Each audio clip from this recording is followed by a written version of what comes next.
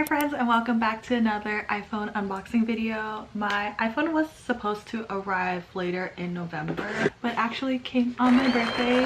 Yay! So here it is. I'm going to be upgrading from my iPhone 14 Pro Max in the 512 gig to the iPhone 15 Pro Max in the 1TB. I told all my friends the reason why I was upgrading and they all judged me and told me it was self-inflicted. I used up all my 512 gigs of storage because I had like 60,000 photos and videos. I don't know why I am attached to all my photos and videos, so it was hard deleting them. I was able to delete 1K though, so I feel like very proud of myself. It took me 2 weeks to back up because I kept leaving the house. Even though it says it would back up on cellular data, it didn't, and it just failed every time. So I had to leave my phone at home for 2 weeks. So I brought my iPad everywhere to like play Spotify and use maps and stuff. But yeah, from experience, if you have 64,000, 63,000 photos and videos, it would take you at least 2 weeks to back up. And yeah, it's kind of sad just carrying my iPad everywhere, but anyways, I used my brother's Apple Card to buy this iPhone. If you use an Apple Card, you get 3% cash back, so we got $48. If you want to apply for an Apple Card, keep in mind that it does result in a hard credit check, so that's why I haven't really applied for one. These are the colors that the iPhone 15 Pro Max comes in. They're going more for a neutral theme this year because I usually go for green or purple. Those are my go-to iPhone colors. I really do like the neutral theme that they're going for this year. I went for the natural titanium color. I thought it was just so aesthetic and I'm so excited to see in person. These are also the gigs that you can choose from. It ranges from 256 gig to 1TB. I think they took away the 128 gig. I feel like nowadays we just all take pictures of everything and just builds up, so I feel like we all just need more storage. What I'm really excited about for the new iPhone 15 Pro Max is the camera quality. Every year they improve on the camera quality, which is what I look forward to every time I upgrade. This year for their zoom feature, you can zoom in up to 5 times. I believe originally you can only zoom up to 3 times. I don't really use the zoom feature, but I think it's really interesting if you want to see something far away. And this would really help me in case I can't see anything like the menu and stuff, because my eyesight's just not there. I also got some cute screen protectors from Shein, so I'm really excited to unbox this with you guys. Let's head on to an unboxing and do some first impressions.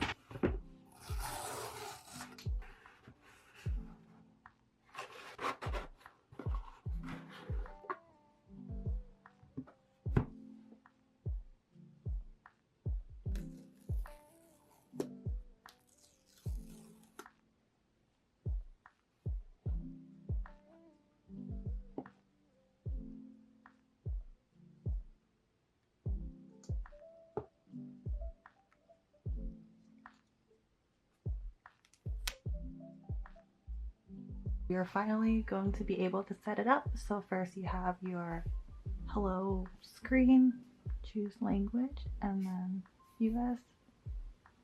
I don't remember seeing this for the iPhone 14 Pro Max, so you can choose your default, medium, and large. I'm just going to go with default.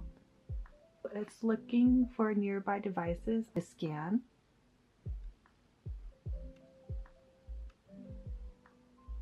Since it is eSIM, I don't need to physically take out the SIM card because now for the newer models, you don't have the physical SIM card or the slot for it. Okay, you guys, this is what I actually am not afraid of this time. So I was able to back up all my 512 gigs of photos into my iCloud. So you have iCloud for free for up to 21 to 25 days if you are transferring to a new iPhone. I don't like paying for iCloud because I feel like it's just so expensive for like $20 a month. I feel like it is easier to download from iCloud just because after 15 minutes of getting at least a few things from your iCloud, you can use your phone. If you transfer directly from your iPhone, it would take such a long time because 60,000 photos to transfer into another phone, it will take probably like a month. So we are going to click download from iCloud. I didn't know this. I think this is a new feature, but it updates your backup. I already backed it up a few days ago, but I did some content for this iPhone, so it's updating my photos and apps and everything.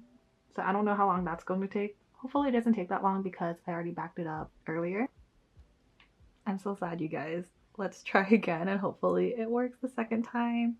Wait, there's no service, so I think that means my phone number and stuff transferred to this phone, but I'm not sure about the new backup. So hopefully the old backup is still good to go.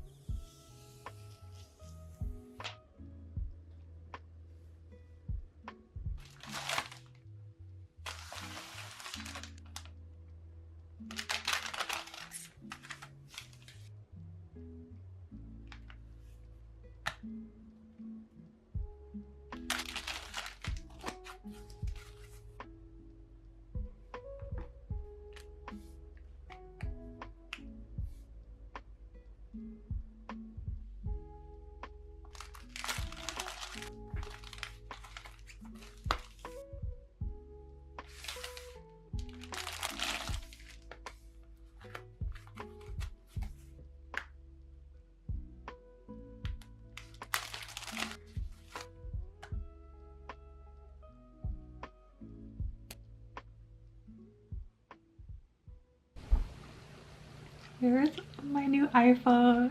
It's so pretty. I really like the color of it this year. I feel like for this year it's more matte looking, which I really like, and on the sides it's more of a matte color. Compared to last year it was titanium, so it attracts more fingerprints. Now when you touch the sides, the fingerprints don't show up clearly, which I really appreciate. The color is so pretty. I can't stop looking at it. For what comes inside the box, so we have our manual and our Apple sticker. For the Apple sticker, I feel like they made it like out of a different material this year. It's more paper-like compared to last year. I feel like last year it was more like plasticky, or like the outer, like the wrapper of the sticker is more plasticky. It also comes with the USB-C charging cord. So you have the USB-C for both sides, which is a little bit inconvenient because I have all these lightning cable adapters and no USB-C cable adapters, maybe like one. And I also need to get a new adapter and probably cord for my car. So I wish the iPhone came with the power adapter. Let's move on to my iPhone cases. This is always my favorite part of the video because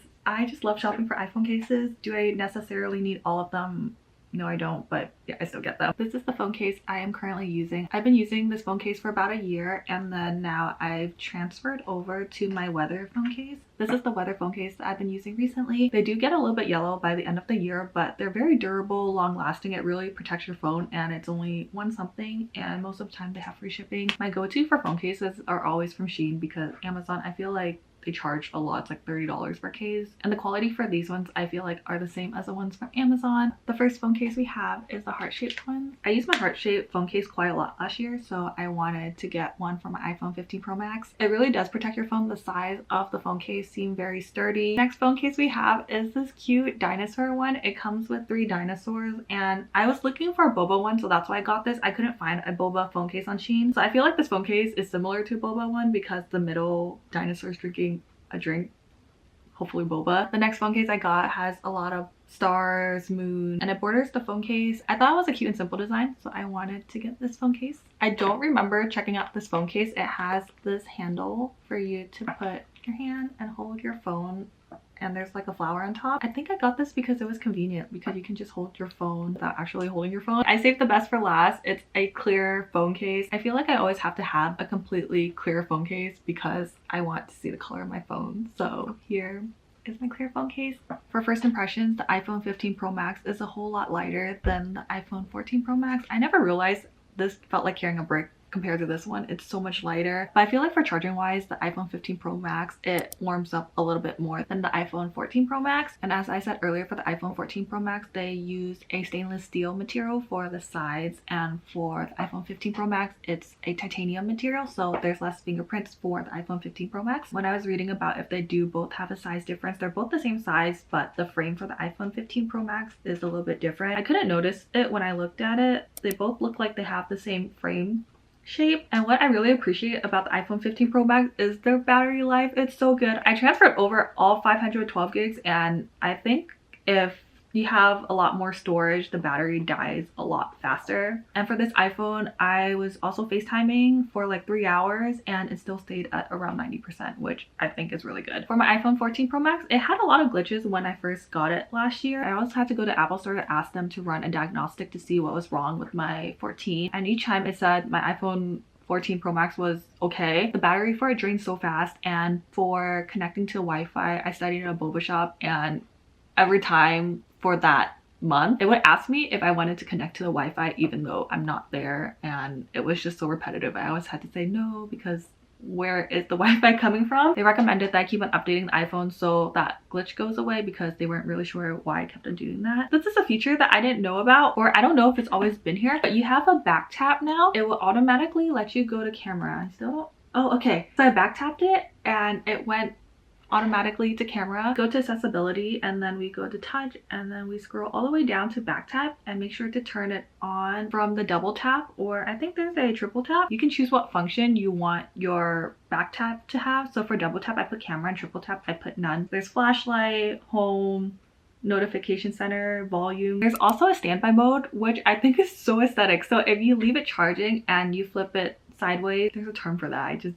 can't think of it on the top of my head, but you flip it this way and then you keep it charging. It will go into standby mode and you can change the widgets for it, and you can also customize it. So I have to play around to see how I can customize that. Now they have this stand that you can leave it there and it'll be on standby mode. It's like your laptop standby mode, but it's for your phone. The silent mode moved to the control center, so it's not the little button that you see for the iPhone 14 Pro Max. For the 15 Pro Max, it's in the control center, because now for the 15 Pro Max, they have an action button that replaced the switch for the silent mode. For this one, you can choose which function you want to have whenever you click on the action mode. You can also do the silent if you like having the silent mode on the side. It's kind of like the back tap, but action mode on the side. The keypad is also a little bit sensitive when I type. When I'm typing, I always press numbers, because now like when you type, it like hits the number part, hits like the side of your hand. Now onto my favorite topic, which is the camera. Now when you take a photo, you can add portrait to your photo, and you can also change the focus of your portrait. I'm really hoping they improved on the portrait mode so it's easier for you to focus on what you want to make portrait. I always feel like I have a difficult time trying to focus the portrait, so I'm really excited to test out that feature. The rest of this video will be an iPhone 14 Pro Max and iPhone 15 Pro Max camera test and comparison. I hope you enjoyed this video. Don't forget to like and subscribe if you did, and I will see you all next time. Bye!